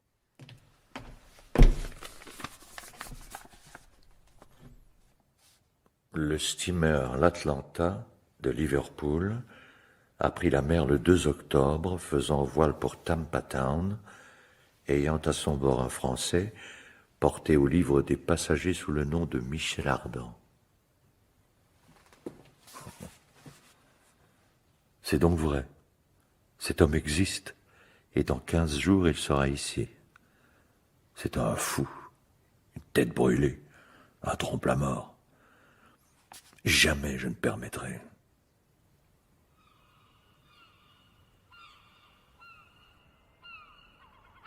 Le 20 octobre, à 9 h du matin, les sémaphores du canal de Bahama signalèrent une épaisse fumée à l'horizon. 2 heures plus tard, un grand steamer échangeait avec eux des signaux de reconnaissance. À 4 heures, le navire anglais donnait dans la rade d'Espiritu Santo et à 6, il mouillait dans le port de Tampa, attendu sur les quais par une foule en liesse. L'ancre n'avait pas encore mordu le fond de sable que 500 embarcations entouraient l'Atlanta, et le steamer était pris d'assaut. Barbicane, le premier, franchit les bastingages.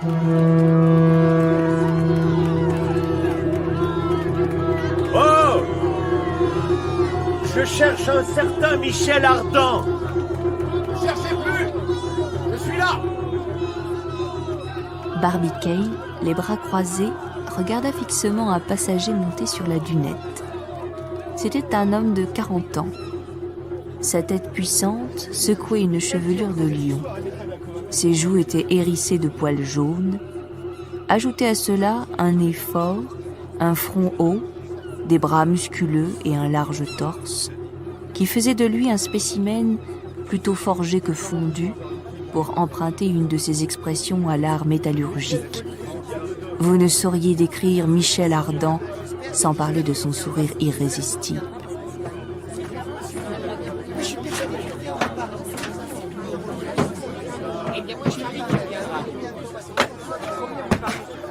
Vous êtes Impey Barbicane?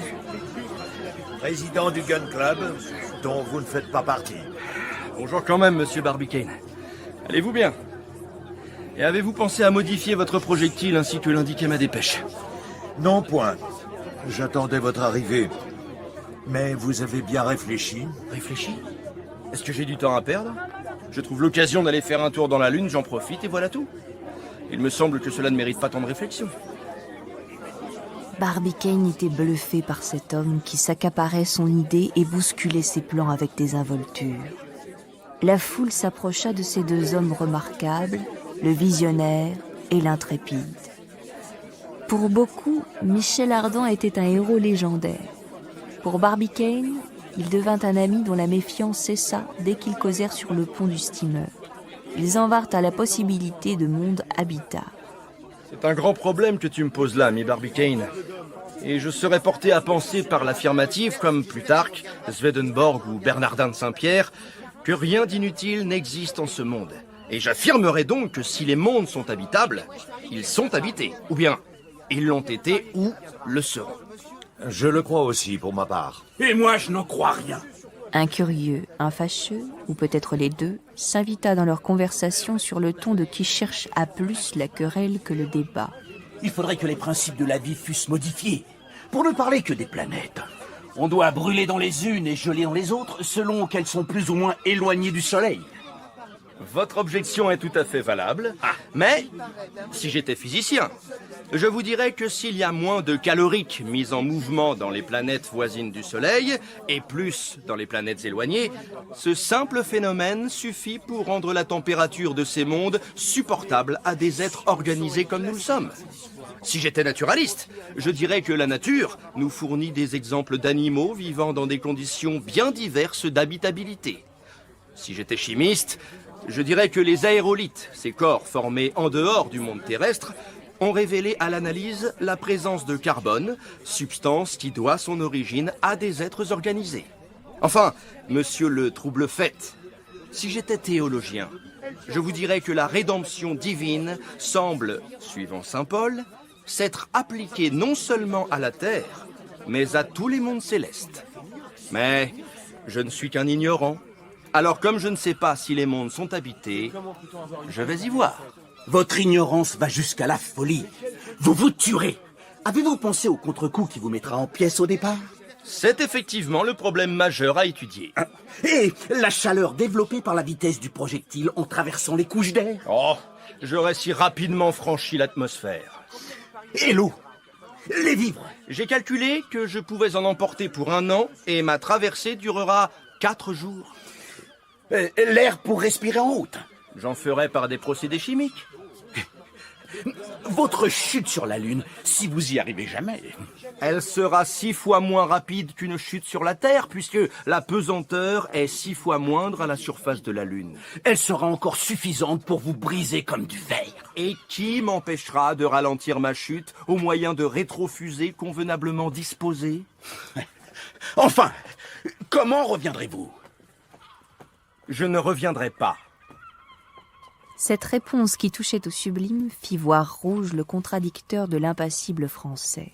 De toute façon, vous n'êtes qu'un cobaye irresponsable. C'est un autre qui portera la responsabilité de votre malheur. Et qui donc, s'il vous plaît? Cette espèce d'artilleur de Baltimore qui a imaginé cette tentative aussi impossible que ridicule.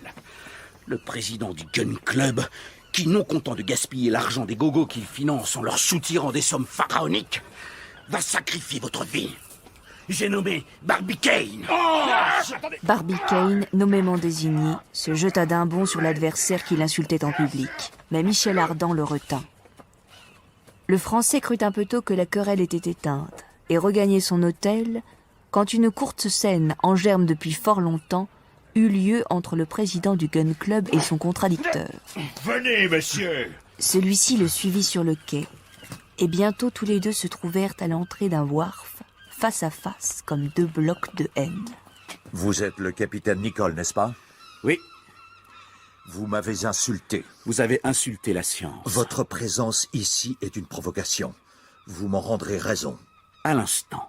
Non. Je veux que tout se passe secrètement entre nous.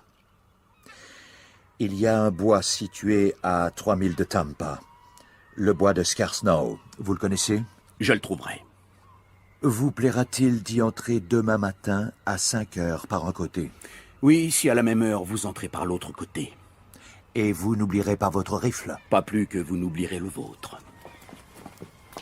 Sur ces paroles prononcées sans desserrer les dents, le président Barbicane et le capitaine Nicole se séparèrent. Barbicane, rentré chez lui, ne s'accorda pas une seconde de repos.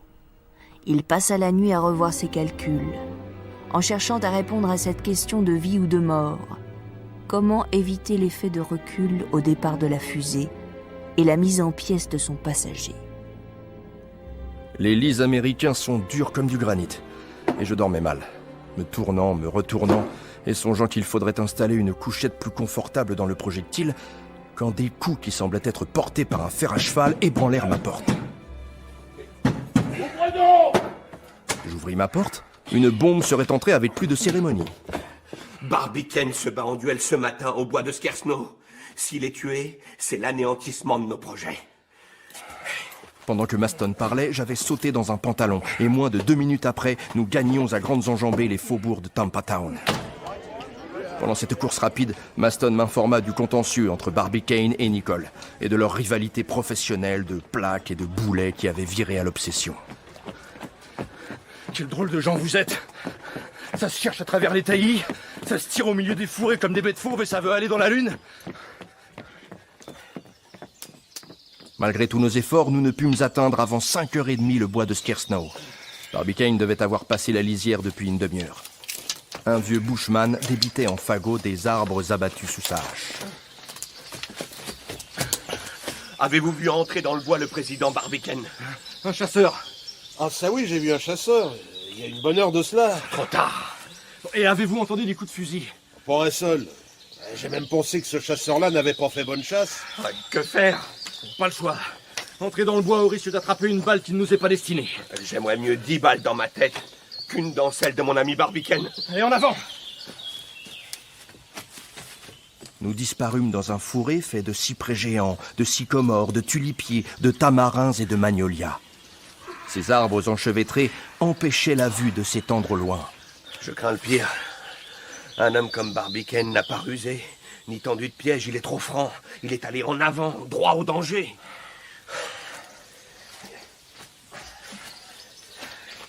Barbicane! Nicole! Barbicane! Nicole! Barbicane! Nicole! Chut. Quelqu'un là-bas? Le reconnais-tu? Oui. C'est le capitaine Nicole. Je le vois. Nicole sans son rifle. Il n'a donc plus rien à craindre de son adversaire. Marchons à lui. Nous saurons à quoi nous en tenir.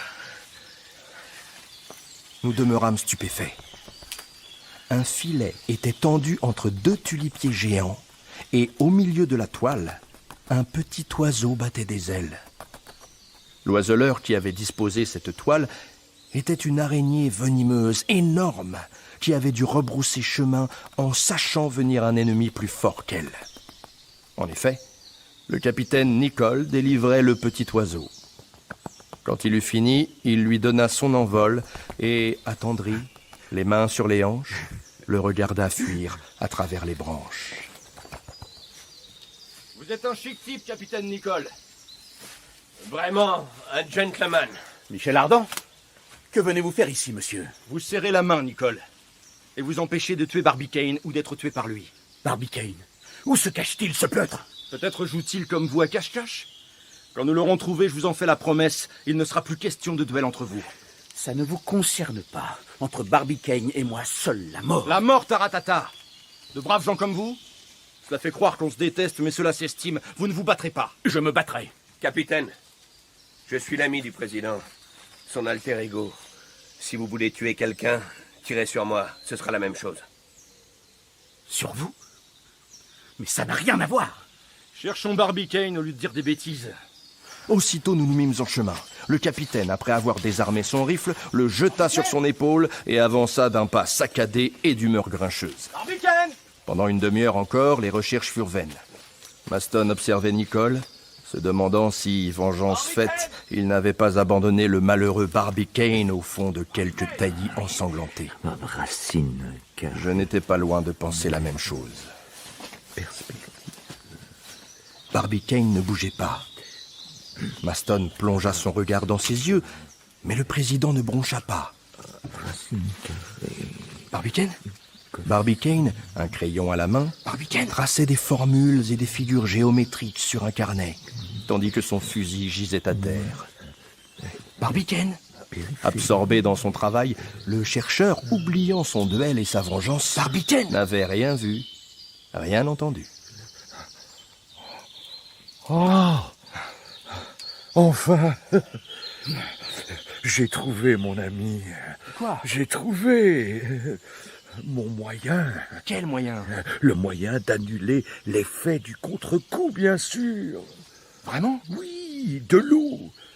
Il suffisait d'y penser. De l'eau qui fera ressort. Ah, non, Sir Maston, vous êtes là, vous aussi. Et je te présente le digne capitaine Nicole. Nicole? Vous? Avec mes deux amis? Il est heureux que de braves gens comme vous ne se soient pas rencontrés plus tôt. Nous aurions maintenant à pleurer l'un ou l'autre. Mais grâce à Dieu, il n'y a plus rien à craindre. Quand on oublie sa haine pour se plonger dans des problèmes de mécanique ou faire la nique aux araignées, c'est que cette haine n'est dangereuse pour personne. Il n'y a jamais eu entre vous qu'un malentendu. Eh bien, pour prouver que tout est fini entre vous, et puisque vous êtes des gens à risquer votre peau, acceptez franchement la proposition que je vais vous faire. Parlez toujours. L'ami Barbicane dit que son projectile ira tout droit à la Lune. Oui, je l'affirme.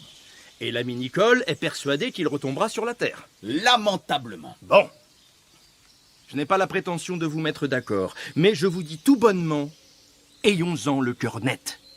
Partez avec moi, et nous verrons bien si nous resterons en route. Les deux rivaux, à cette proposition subite, s'observèrent incrédules avec circonspection. Eh bien, puisqu'il n'y a plus de contre-coup à craindre. Accepté. Et maintenant que l'affaire est arrangée, mes amis, permettez-moi de vous traiter à la française.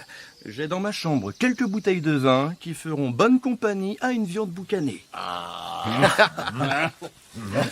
Allons-y.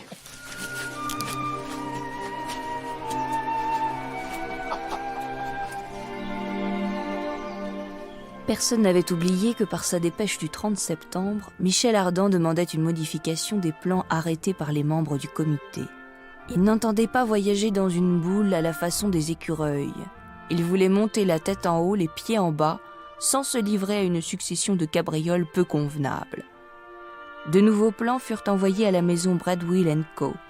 Et le projectile modifié arriva sans accident le 2 novembre au lieu de sa destination.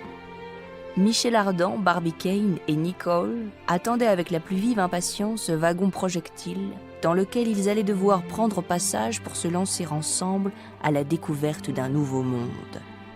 Il faut en convenir, c'était une pièce métallurgique étincelante qui faisait le plus grand honneur au génie industriel des Américains. On venait d'obtenir pour la première fois de l'aluminium en aussi grande masse. Alors, notre véhicule te plaît? Oui.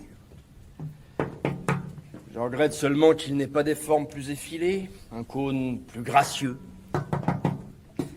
On aurait pu le terminer par une touffe d'ornements en métal guilloché, avec une chimère, une gargouille, une salamandre sortant du feu, les ailes déployées et la gueule ouverte. À quoi bon ces fioritures?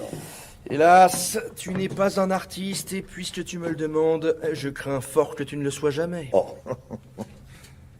On pénétrait dans cette tour de métal par une étroite ouverture ménagée sur les parois du cône qui se fermait hermétiquement. Les voyageurs pourraient donc sortir à volonté de leur prison mobile dès qu'ils auraient atteint l'astre des nuits. Mais il ne suffisait pas d'aller, il fallait voir en route. Sous le capitonnage se trouvaient 4 hublots de verre lenticulaires d'une forte épaisseur. 2 percés dans la paroi circulaire du projectile, un 3e à sa partie inférieure et un 4e dans son chapeau conique. Les voyageurs seraient donc à même d'observer la Terre qu'ils abandonnaient, la Lune dont ils s'approchaient et les espaces constellés du ciel. Barbicane et Michel Ardan ne se lassaient pas de répondre aux questions des journalistes et enchaînaient les conférences de presse. Rien ne manquera des choses essentielles à la vie. Les récipients sont destinés à contenir l'eau et les vivres nécessaires. On pourra se procurer le feu et la lumière au moyen de gaz emmagasinés dans un récipient spécial sous une pression de plusieurs atmosphères. Il suffira de tourner un robinet et pendant 6 jours, ce gaz pourra éclairer et chauffer le véhicule. On se tromperait en supposant que 3 personnes seront à l'étroit dans cette tour de métal. Nous ne serions pas plus à notre aise dans le plus confortable wagon des États-Unis. Mais comment ferez-vous pour respirer? On sait que l'air se compose de 21 parties d'oxygène et de 79 parties d'azote, grosso modo. En respirant, l'homme absorbe l'oxygène de l'air, propre à entretenir la vie, et rejette l'azote intact. La question se réduisait à ceci: l'azote s'étant conservé intact, il faudrait refaire l'oxygène absorbé et détruire l'acide carbonique expiré. Rien de plus facile au moyen du chlorate de potasse et de la potasse caustique. Lorsqu'on porte le chlorate de potasse à une température supérieure à 400 degrés, il se transforme en chlorure de potassium et l'oxygène qu'il contient se dégage entièrement. Or, 18 livres de chlorate de potasse rendent 7 livres d'oxygène, c'est-à-dire la quantité nécessaire aux voyageurs pendant 24 heures. Voilà pour refaire l'oxygène. Quant à la potasse caustique, c'est une matière très avide de l'acide carbonique mêlé à l'air. Et il suffit de l'agiter pour qu'elle s'en empare et forme du bicarbonate de potasse. Voilà pour absorber l'acide carbonique. Le 20 octobre de l'année précédente, après la clôture de la souscription, le président du Gun Club avait crédité l'observatoire de Cambridge des sommes nécessaires à la construction d'un vaste instrument d'optique, lunettes ou télescope, assez puissant pour rendre visible à la surface de la Lune un objet de 9 pieds de largeur. Il y a une différence importante entre la lunette et le télescope. Dans les lunettes, la réfraction joue le rôle principal, et dans les télescopes, la réflexion. La question posée à l'observatoire de Cambridge fut d'opter entre la lunette ou le télescope. Bien que les images fussent mieux éclairées dans les lunettes, on se décida à employer le télescope, qui est d'une exécution plus prompte et permet d'obtenir de plus forts grossissements. Mais comme les rayons lumineux perdent une grande partie de leur intensité en traversant l'atmosphère, le Gun Club résolut d'établir l'instrument sur l'une des plus hautes montagnes de l'Union, ce qui diminuerait l'épaisseur des couches aériennes. Les hautes montagnes ne sont pas nombreuses dans les États. Il fallut se contenter des montagnes rocheuses et tout le matériel nécessaire fut dirigé sur le sommet de Langs Peak, dans le territoire du Missouri.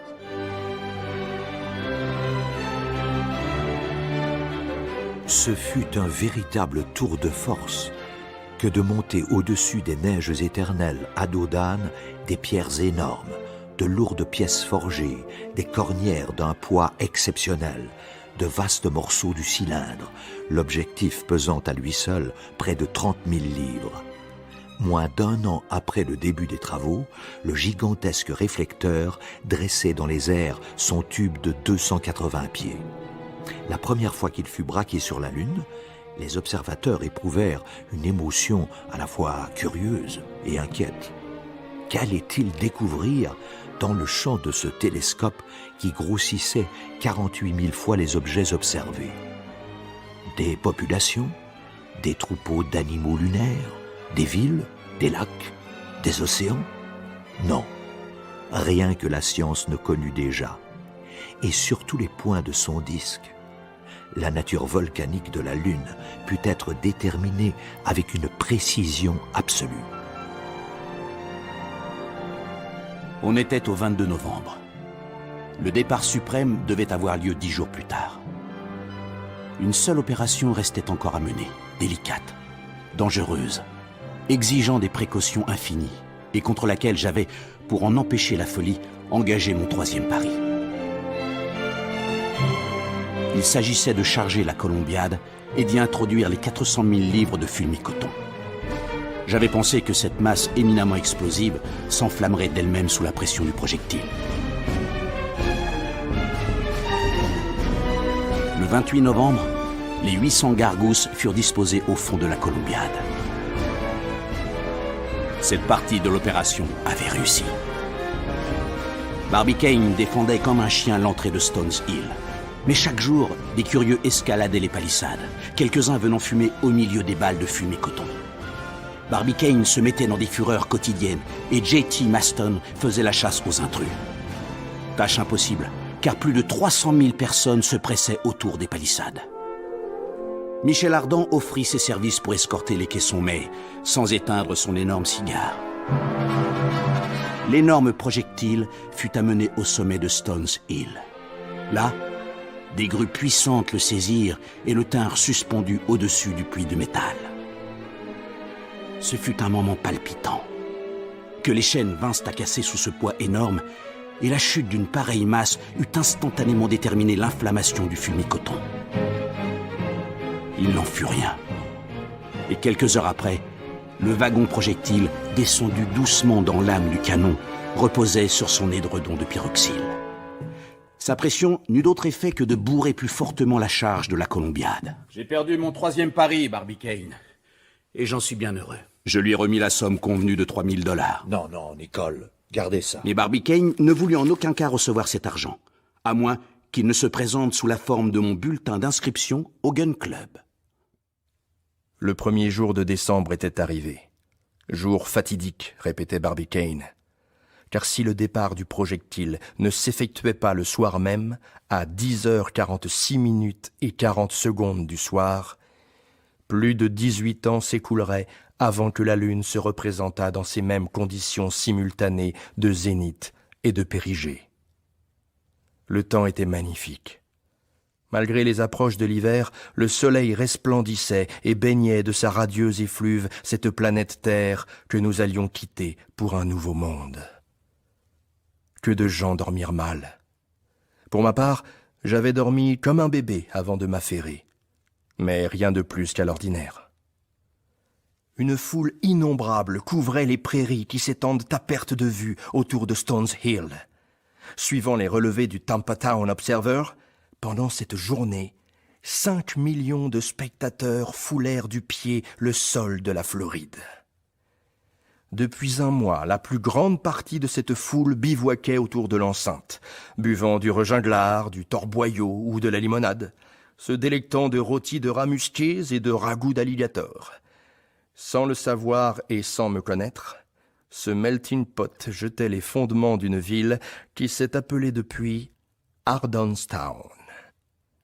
Des baraquements, des saloons, des cahutes, des tentes hérissaient la plaine, et ces habitations éphémères abritaient un grouillement de populations de langues et d'origines diverses, affichant une même confiance en l'avenir. Mais ce jour, personne n'était plus sûr de rien. Une agitation sourde, sans clameur, courait parmi cette foule anxieuse.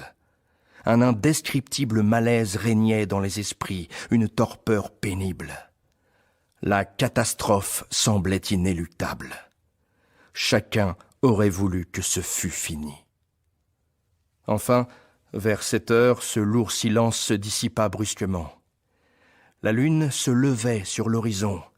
Plusieurs millions de hurrahs saluèrent son apparition, les clameurs montèrent jusqu'au ciel, les applaudissements éclatèrent de toutes parts. Elle était exacte au rendez-vous, et blonde, elle brillait paisiblement dans un ciel admirable, et caressait cette foule enivrée de ses rayons les plus affectueux. Barbicane vint me chercher, c'était l'heure. Nous avons rejoint Nicole, qui présentait les membres du Gun Club aux députations des observatoires européens. 10 heures sonnèrent. Le moment était venu de prendre place dans le projectile. La manœuvre nécessaire pour y descendre, la plaque de fermeture à visser, le dégagement des grues et des échafaudages penchés sur la gueule de la Columbiad exigeaient un certain temps. Barbicane avait réglé son chronomètre à 1/10 de seconde près sur celui de l'ingénieur Murchison chargé de mettre le feu aux poudres. Le moment des adieux était arrivé. J.T. Maston avait retrouvé sous ses paupières une vieille larme qu'il réservait sans doute pour cette occasion. Il la versa sur le front de son bien-aimé président. Quelques instants plus tard, les 3 voyageurs de l'espace étaient installés dans le projectile.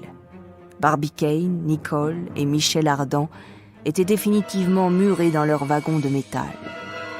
La lune parcourait la constellation des Gémeaux et se trouvait presque à mi-chemin de l'horizon et du zénith.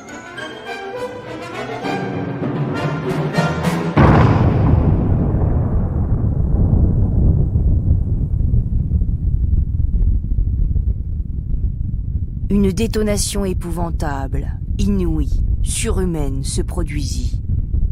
Une immense gerbe de feu jaillit des entrailles du sol.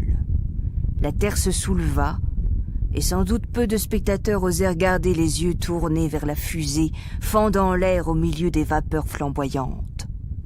Cet épanouissement de flammes éclaira la Floride entière, et le jour se substitua à la nuit.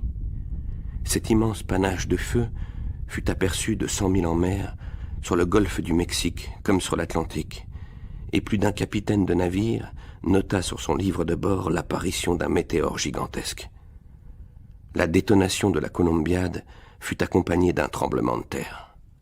La Floride se sentit secouée jusque dans ses entrailles, et un cyclone artificiel passa comme une trombe au milieu des airs.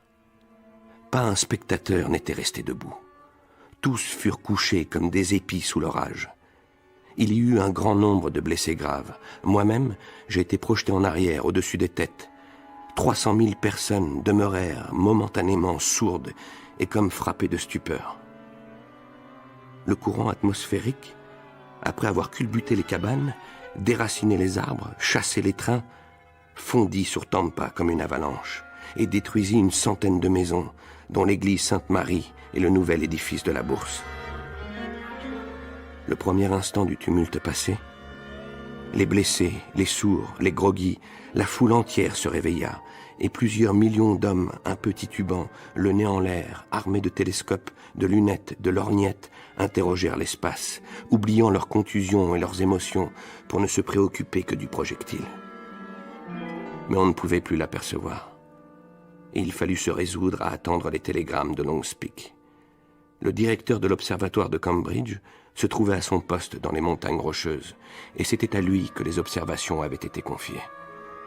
Mais un phénomène inattendu vint bientôt mettre l'impatience publique à une rude épreuve. Le temps changea.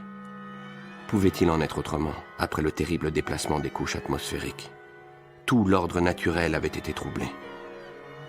Le lendemain, le soleil se leva sur un horizon chargé de nuages épais, lourd et impénétrable rideau jeté entre le ciel et la terre, et qui s'étendit jusqu'aux régions des montagnes rocheuses. Pendant cette première journée, chacun chercha à pénétrer le voile opaque des nuages. Mais chacun en fut pour ses peines, et chacun d'ailleurs se trompait en portant ses regards vers le ciel. Car par suite du mouvement du globe, le projectile filait par la ligne des antipodes. Quoi qu'il en soit, lorsque la nuit impénétrable et profonde vint envelopper la terre, quand la lune fut remontée sur l'horizon, il fut impossible de l'apercevoir. On eût dit qu'elle se dérobait à dessein au regard des sacrilèges qui avaient tiré sur elle.